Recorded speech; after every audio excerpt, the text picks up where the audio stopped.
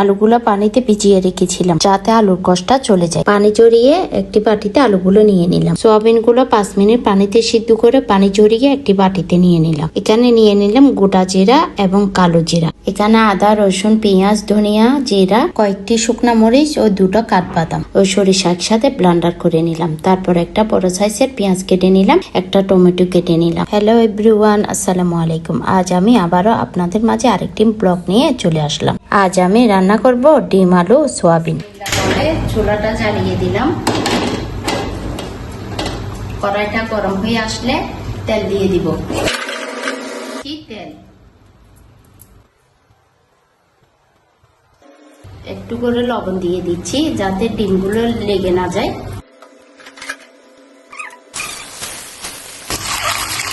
একটু ভালো করে ভিজিয়ে নিচ্ছি হালকা করে, দেখতে পাচ্ছেন। এই তো ভাজা হয়ে গেছে, ডিমগুলো তুলে নিচ্ছি। আমি ডিমগুলো একটু করে লবণ হলুদ দিয়ে মেখে তারপর তেলে দিয়েছিলাম। একটু কেটে নিচ্ছি ডিমগুলো, এই তো দেখতে পাচ্ছেন কেটে নিয়েছিলাম। ডিম ভাজার তেলের মধ্যে এখন সয়াবিন গুলো ভেজে দিব। তাও হালকা করে ভেজে নিব। সয়াবিন গুলো ভাজা হয়ে গেছে, এখন আমি তুলে নিব। এই তো তুলে নিলাম সয়াবিন গুলো। হালকা করে ডিম আর সয়াবিন গুলো ভেজে নিচ্ছি। এখন নিব আলুগুলো ভেজে দিয়ে দিচ্ছি।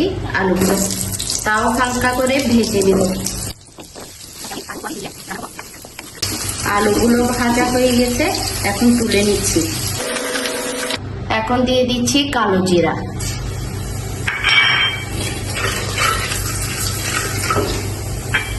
দিয়ে দিচ্ছি গোটা জিরা, দিয়ে দিচ্ছি তেজপাতা, দারুচিনি, গোলমরিচ, লং, এলাচ,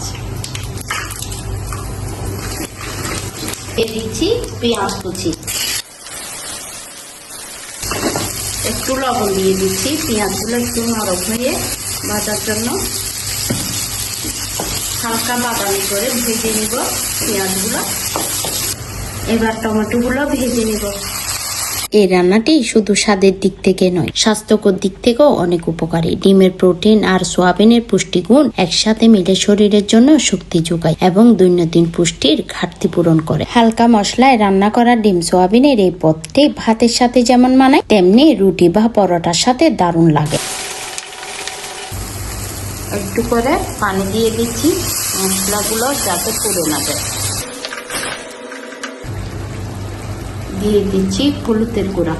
আমি বাটা মশলার এখানে হলুদের গুঁড়া ইউজ করি নাই।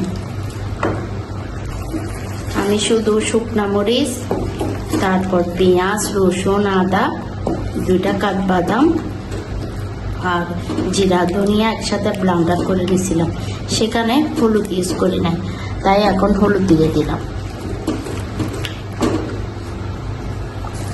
এখন একটু কিছুক্ষণের জন্য 5 মিনিটের জন্য কষিয়ে নিব। 5 মিনিট হয়ে গেল, দেখে নিচ্ছি।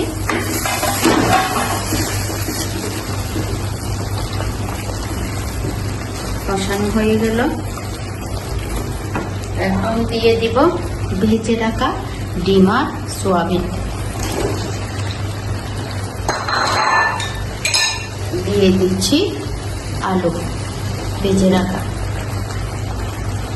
ভালো করে মশলাগুলো মিশিয়ে নিচ্ছি এবার।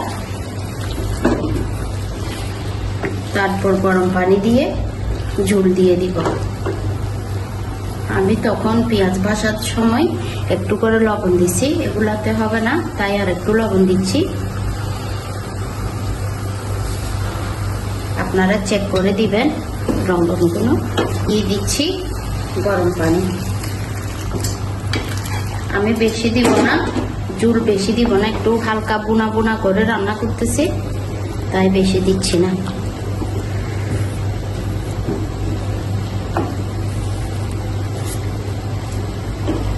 এখন ঢেকে দিয়ে 15 মিনিট রান্না করব, অল্প আছে। দেখতে পাচ্ছেন কালারটা অনেক সুন্দর আসছে। এই তো আমার রান্না করা শেষ। উপর থেকে ধনিয়া কুচি দিয়ে দিবেন। আমার হাতে ছিল না, আমাদের মানে ধনিয়া অনেক দাম, তাই দিতে পারিনি। সবাই ভালো থাকবেন, সুস্থ থাকবেন। আল্লাহ হাফেজ।